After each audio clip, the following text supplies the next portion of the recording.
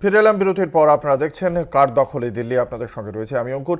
বিরতিতে যাওয়ার আগে যে প্রশ্ন রেখেছিলাম নির্বাচন কমিশনের ভূমিকা নিয়ে, তাদের তথ্য পেশ নিয়ে একগুচ্ছ প্রশ্ন তুলেছে গতকাল আম আদমি পার্টি এবং কংগ্রেস, শিবসেনা তারা প্রশ্ন তুলেছে। ফলে সেই প্রশ্ন নিয়ে আসবো আমি রাজনৈতিক বিশ্লেষক তৌসিফ আহমেদ খানের কাছে। নির্বাচন কমিশন যে কথা বলছে যে 60.42% ভোট, তারপরে আবার সেটা বেড়ে যাচ্ছে, সেটা 0.54% হয়ে যাচ্ছে। আবার এদিকে মহারাষ্ট্র নিয়ে যে অভিযোগ করেছেন রাহুল গান্ধী, এর পেছনে মানে আপনি কিভাবে দেখছেন এই নির্বাচন কমিশনের ভূমিকাটার মধ্যে কি আদৌ কোনো পক্ষপাত দুষ্টর যে অভিযোগ তুলছে সেটা কতটা যথার্থ? দেখুন, ইলেকশন প্রসেসটা টোটালি ট্রান্সপারেন্ট হওয়ার দরকার আছে। যখন আম আদমি পার্টি বারবার রিকোয়েস্ট করেছে ইলেকশন কমিশনকে যে কতটা ভোটিং হয়েছে, দুদিন আগেই ওরা বলেছিল যে আপনি ওটা পাবলিশ করে দিন। ও পাবলিশ করতে চাইছে না, কেন পাবলিশ করতে চায় না, কেন ওটা ডিলে করতে চাইছিল? এইটাই তো 17C ওরা বলেছিল যে আপনি পাবলিশ করে দিন, করছে না। তাইলে তো প্রশ্ন উঠবে যে আপনার কি ইন্টারেস্ট। আপনি যখন ওই 17Cটা দিয়েই দিলেন পোলিং এজেন্টদেরকে, তাহলে এবার আপনি ওটা পাবলিশ করছেন না কেন? এত লেম এক্সকিউজ দিল সুপ্রিম কোর্টের সামনে যে আমি যদি পাবলিশ করে দেবো তাহলে ওটা মর্ফড ইমেজেস করা যেতে পারে। এসব ভুলভাল কথা বলছে, মানুষদেরকে বোকা বানাচ্ছে। যখন 17C আপনার কাছে আছে, আপনার রেকর্ডে আছে, মর্ফ কেউ করে নেবে, ইন্টারনেট থেকে নিয়ে কেউ মর্ফ করে দেবে, এইসব কথাবার্তা ডিফেন্সে বলেছে সুপ্রিম কোর্টের সামনে। দেখুন, এই কথা বললে কিন্তু মানুষ এটা স্বীকার করবে না। ট্রান্সপারেন্সি ডিমান্ড করে যে যখনই ভোট শেষ হয়েছে তখনই রেজাল্ট হলো। তৌসিফ, এই নির্বাচনের যে রেজাল্ট হলো সেই রেজাল্টের উপরেও কি সংশয়ের চিহ্ন থাকছে? দেখেন, সংশয়ের চিহ্ন আসবে যখনই আমরা ডিসক্রিপেন্সি দেখব যে এই কনস্টিটিউয়েন্সি এরিয়াতে মার্জিনে দেখা যাচ্ছে যে অনেক অল্প মার্জিন, তার মানে নিশ্চয়ই কোনো গন্ডগোল আছে। দেখা যাচ্ছে যে ভোটার লিস্টে যে বা অ্যাডাল্ট ভোটারদের একটা যে নাম্বার আছে তার থেকে বেশি ওইখানে ভোট পড়েছে, তাহলে নিশ্চয়ই এখানে প্রশ্ন চিহ্ন আসবে যে ভাই এখানে নিশ্চয়ই কোনো গন্ডগোল হয়েছে। এরম তো নেই ভাই, ওরা ওই ইলেকশন কমিশনও তো মানুষ চালাচ্ছে, ওরেও তো ওর উপরে তো গভর্নমেন্ট আছে, তো পাওয়ারফুল গভর্নমেন্ট ভাই। বিজেপি সেন্টারে বসে রাজ করছে, কি ও কি ইনফ্লুয়েন্স করতে পারে নাকি? আমরা রুল আউট করে দিতে পারি যে গভর্নমেন্ট ওইখানে চাইলে ইলেকশন কমিশনকে রুল আউট করতে পারে না? এরকম তো হবে না।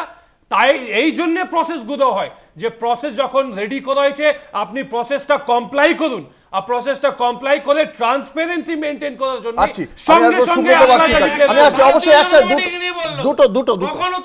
দুটো একসাথে আমি সুব্রত বাগচির কাছে আসবো। যেটা বক্তব্য, যে কথা তৌসিফ বলছেন যে সংশয় একটা থেকে যাচ্ছে নির্বাচন কমিশনের ভূমিকা নিয়ে। গতকাল রাহুল গান্ধী যে অভিযোগ করেছেন যে মহারাষ্ট্রে প্রাপ্তবয়স্ক জনসংখ্যা 9.54 ক্রোর, বাট ভোট দিয়েছেন 9.7 ক্রোর মানুষ। তাহলে এই যে অভিযোগগুলো উঠছে, নির্বাচন কমিশনকে কি আপনি একজন নাগরিক, সচেতন নাগরিক হিসাবে আপনিও কি মনে করেন যে নির্বাচন কমিশনকেও বাজেয়াপ্ত করে ফেলেছে বা নিজেদের অধীনে নিয়ে এসেছে কেন্দ্রের শাসক দল ভারতীয় জনতা পার্টি? না, এই ধরনের বডি যেখানে নির্বাচন কমিশনাররা কেন্দ্রীয় সরকারের দ্বারা অ্যাপয়েন্টেড, মানে প্রতিষ্ঠান প্রেসিডেন্টের এরা অ্যাপয়েন্টেড হয়, তো তার মাধ্যমে তো নির্বাচন কমিশনারদেরকে তো নিয়ন্ত্রণ করা সম্ভব নয় বলে আমি মনে করি না।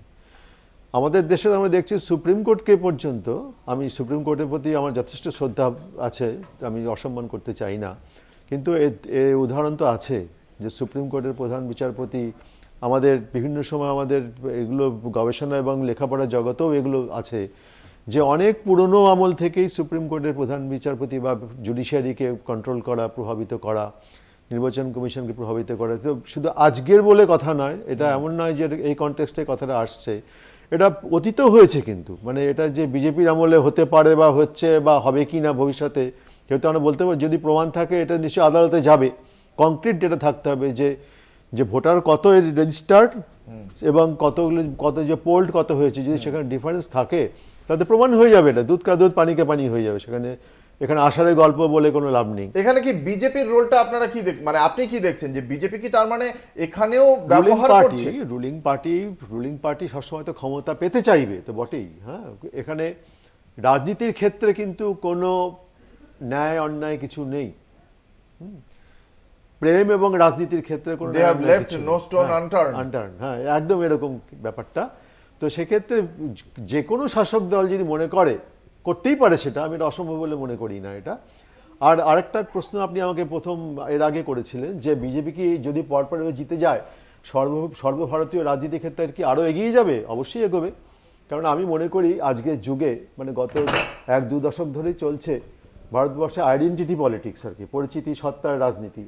এই সত্তার রাজনীতিতে বিজেপি অনেকটা এগিয়ে আছে এবং তার পাশাপাশি অন্যান্য আঞ্চলিক দলগুলো যে সত্তার রাজনীতিটা করছে তারা সেই সত্তার রাজনীতি, পরিচিতি, পরিচয়ের ভিত্তিক রাজনীতির উপরে তারা দাঁড়িয়ে আছে। মানে নরম হিন্দুত্বর দিকে বাকিদের যেতে বাধ্য করা হবে, মানে নরম হিন্দুত্ব থেকে একদম পুরো হিন্দুত্বের দিকে যেতে বাধ্য করবে। হ্যাঁ, নরম হিন্দুত্বের কথা এটা কিন্তু বহুদিন আগে অরুণ জেটলি একটা খুব সুন্দর কথা বলেছিলেন। অরুণ জেটলি বলেছিলেন যে বিজেপি হচ্ছে একদম আসল হিন্দুত্ববাদী পার্টি। যদি এরকম বিজেপিকে যদি মানুষ পেয়ে থাকে আসল হিন্দুদের আসল প্রতিনিধি, তাহলে ক্লোনকে কে নেয়? ক্লোনকে কেউ বিশ্বাস করবে না। কংগ্রেস কি বলবে? ক্লোনকে আপনাদের তাহলে এই কারণেই কি রিজেক্ট করছে মানুষ?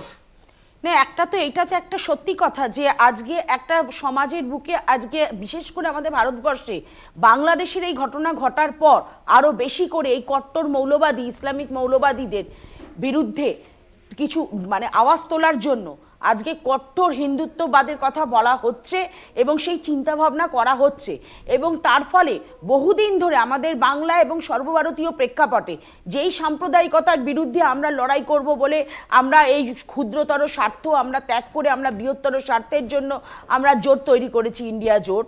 সেই জোটে আর জোট করতে গিয়ে আমরা তো একটা জিনিস বুঝতে পেরেছি, আমাদের লক্ষ্যটা হচ্ছে সাম্প্রদায়িকতার বিরুদ্ধে লড়াই করার জন্য। সেই জায়গায় একটা বাইপোলারাইজড হয়েছে ভোটটা, এটা অস্বীকার করার কোনো জায়গা নেই। আজকে দিল্লিতে এই জয়ের পরে এখানে একটা কথা বলা যায় যে দিল্লিতে যে সাফল্য বিজেপির এসছে, এই সাফল্য কারচুপি এগুলোকে যদি একটা সাইডে করে রেখে দিই, যদি রাজনৈতিকভাবে আলোচনা করে বলি, তাহলে কিন্তু এটার সঠিক কথা এই কট্টর মানে মুসলিম মৌলবাদীদের মানে বাংলাদেশের বিজেপির কি উত্তর রয়েছে? দুটো জায়গা থেকে প্রশ্ন আসছে, এই জায়গাটায় আপনার কাছে আবারও আসবো। কংগ্রেস বলল এবং আমার বিজেপির কাছে প্রশ্ন, এক হচ্ছে কি এদের অভিযোগ নির্বাচন কমিশনকেও ব্যবহার করছে ভারতীয় জনতা পার্টি তাদের রাজনৈতিক স্বার্থসিদ্ধির জন্য, এবং দুই হচ্ছে গিয়ে এবার আপনাদের যে হিন্দুত্বের যে তত্ত্ব সেখানে মৌলবাদী বিষয় এবং বিভাজনের তত্ত্ব আপনি শুনলেন। আচ্ছা, প্রথম কথা হচ্ছে আপনাকে মনে রাখতে হবে যে ইলেকশন কমিশনের তো আমি রিপ্রেজেন্টেটিভ নই, ওদের ব্যাপারটা ওরাই বলতে পারবে। না না, ওদের অভিযোগটা হচ্ছে কি বিজেপি ব্যবহার করছে। আমি এটা শেষ করে নি। 2 নম্বর হচ্ছে যে আমি মনে করিয়ে দেব তৃণমূলের বক্তাকে, তৌহিদকে আমি নাম করেই বলছি, ও একটা খুব গুরুত্বপূর্ণ কথা বলেছে যে শাসক দল ইলেকশন কমিশনকে ব্যবহার করতে পারে। এটা তৃণমূলের হয়তো এরকম অভিজ্ঞতা আছে, ভারতীয় জনতা পার্টির নেই। আর ইলেকশন কমিশনের আইন কানুন সম্পর্কে আমি যতটুকু বুঝি, ইলেকশন কমিশনারের নির্বাচনের ক্ষেত্রে বিরোধী দলনেতার ওপিনিয়নও অত্যন্ত গুরুত্বপূর্ণ ভূমিকা পালন করে। এবং এই ধরনের যে এখন ওরা বলছে যে ইভিএমে গাফিলতি অমুক ব্যাপার, ইলেকশন কমিশন সমস্ত দলকে ডেকেছিল, ওপিনিয়ন চেয়েছিল, তখন ওরা কোথায় ছিল? ওরা তখন ওপিনিয়ন দিয়ে স্যাটিসফাই করেনি কেন? ইভেন পাবলিকলি করুক, কোথায় হচ্ছে সেটা দেখা। ভাই, নির্বাচনে হেরে গেলে একটা মন্তব্য আর নির্বাচনে জিতে গেলে আরেকটা মন্তব্য, এটা সবসময় করা যায় না। মানুষ এ সমস্ত ভেকবাজি বুঝে নিয়েছে। আর আমি কংগ্রেসের ক্ষেত্রে একটা কথা বলবো যে কংগ্রেস এতেই খুশি আছে যে আমরা নির্বাচনে ভোট কেটেছি বলে। আমি কংগ্রেসের কাছে জানতে চাই, অফেন্সিভ কথা বলার কোনো যুক্তি নেই। সুস্মিতাদি, আমি শেষ করে নি, আমি শুনতে চাই। অফেন্সিভ কথা বলার কোনো যুক্তি নেই। সুস্মিতাদি, আমি একটা কথা শুনতে চাই।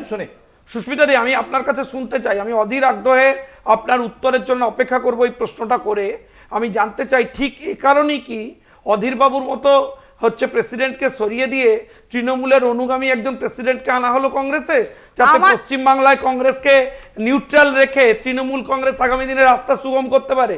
আমাদের দলের প্রেসিডেন্ট কে হবে নিশ্চয়ই শঙ্কু কিংবা ব্লা ব্লা ব্লা। তৃণমূল অনুমোদিত যে কংগ্রেসটা তৈরি করছেন বাংলায়, প্রেসিডেন্ট কে হবে? তৃণমূল অনুমোদিত যে কংগ্রেস তৈরি করছেন বাংলায়, আগামী দিনের নির্বাচনকে তাকিয়ে তো ঠিক করে দাও। অধীর চৌধুরীর মতো লোককে সরিয়ে দিয়েছেন এই কারণে তো। এইটা এতে জানতে চাইছি আর হওয়ার নেই আমাদের কাছে কি? ও সুস্মিতাদি, তোমরা ঠিক করে দিচ্ছ কে তৃণমূলের কাছাকাছি আছে, বৈপ্লবিক কথা বলছিলেন। বাংলায় বিপ্লব ঠান্ডা হয়ে গেছে, বাংলায় এসে অধীর চৌধুরীকে সরিয়ে দিলেন। কোনো বিপ্লব ঠান্ডা হয়নি। যে দুর্নীতির বিরুদ্ধে আমাদের লড়াই ছিল, সেই দুর্নীতির বিরুদ্ধে মানে তৃণমূলের বিরুদ্ধে লড়বেন না জোট করে লড়বেন না? আমাদের দুর্নীতির বিরুদ্ধে এখনো লড়াই আছে। এখনো লড়াই আছে। দিল্লি থেকে অভিজ্ঞতা নেবেন। ভাই এই যে কর্পোরেশনের বিল্ডিং গুলো হেলে পড়ছে, একটা আন্দোলন করেছো তোমরা যে কর্পোরেশনের এগেইনস্ট আপনি আমাদের জানেন না, আন্দোলন আপনি করা উচিত। ডেডিকেটেড আছেন। শুভেন্দু আমরা অধিকারী করেছি, কর্পোরেশন গেলে আমরা করেছি, আমরা বরাবর এই সরকারের সেটা দুর্নীতির setting। বিরুদ্ধে প্রটেস্ট করছি। সে তো সেটিং এর আন্দোলন। এইটাও যদি তোমরা ঠিক করে দাও ভাই, অধীর চৌধুরীকে সরিয়ে দিলেন কেন? টোটালি কনসেপ্টটাই 26 এর যদি নির্বাচনকে তোমরা লক্ষ্য করে রেখে। দাও, তাহলে আর কিছু বলার নেই। না 26 এর নির্বাচন লক্ষ্য রেখে অধীরবাবুকে সরিয়ে দিলেন, দিয়ে এমন একজনকে নিয়ে এসেছেন যাতে তৃণমূল অনুমোদিত কংগ্রেস চালানো যায়। তোমার কানে কানে বলা হয়েছে, না আমরা দেখতে তোমার পাচ্ছি তো। কানে কানে বলা হয়েছে যে 26 ইলেকশন টাইমে উভয় পক্ষের বক্তব্য আমি শুনেছি, আশা করি শঙ্কু তার জবাব পেয়ে গিয়েছে। আমি আসবো আম আদমি পার্টির কাছে।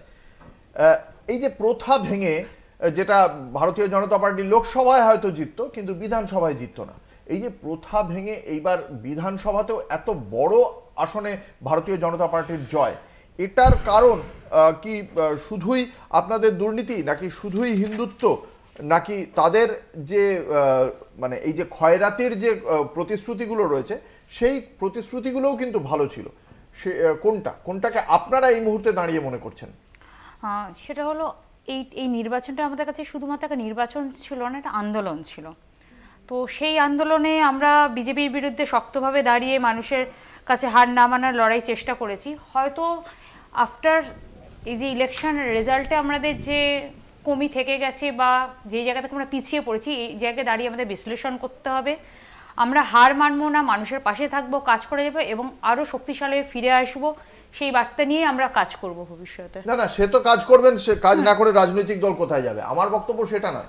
এই মুহূর্তে আপনাদের অ্যানালিসিসটা কি? হোয়াট ইজ ইউর ইভ্যালুয়েশন যে আমরা হারলাম কেন?